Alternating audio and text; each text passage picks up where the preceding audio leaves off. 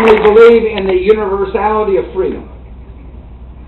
And I believe it's in the interest of the United States to free people.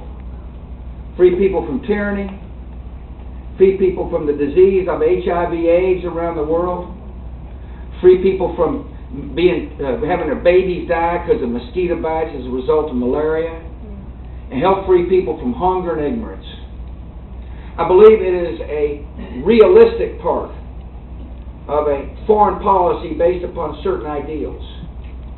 Because one of the lessons of September the 11th is that what happens overseas matters here in the United States of America. And that the enemy we face, a bunch of ideologues who have a set of beliefs, cannot recruit unless there's hopelessness and despair. Their vision for the future is so dark, it is impossible for them to recruit anybody to follow them unless those folks have got hopelessness at the center of their life.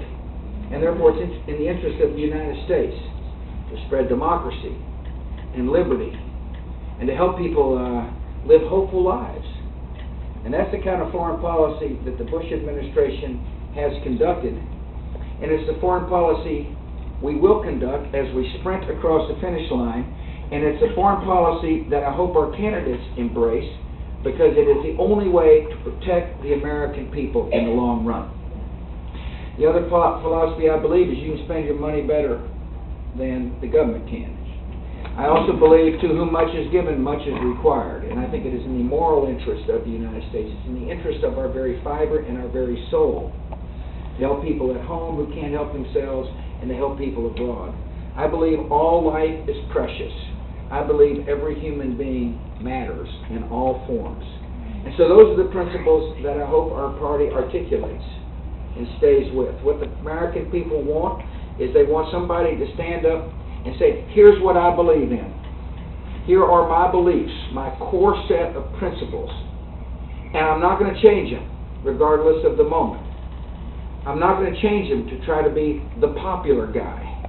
I stand by them because they're etched in my heart, and it is what I believe in my soul. That is my advice to the party that I am now proud to lead. And it is my hope that come 2009, I'm able to hand off this fabulous office to a Republican, which I believe will happen. But in the meantime, you just got to understand, my head is down, my spirits are high, and I'm sprinting to the finish line.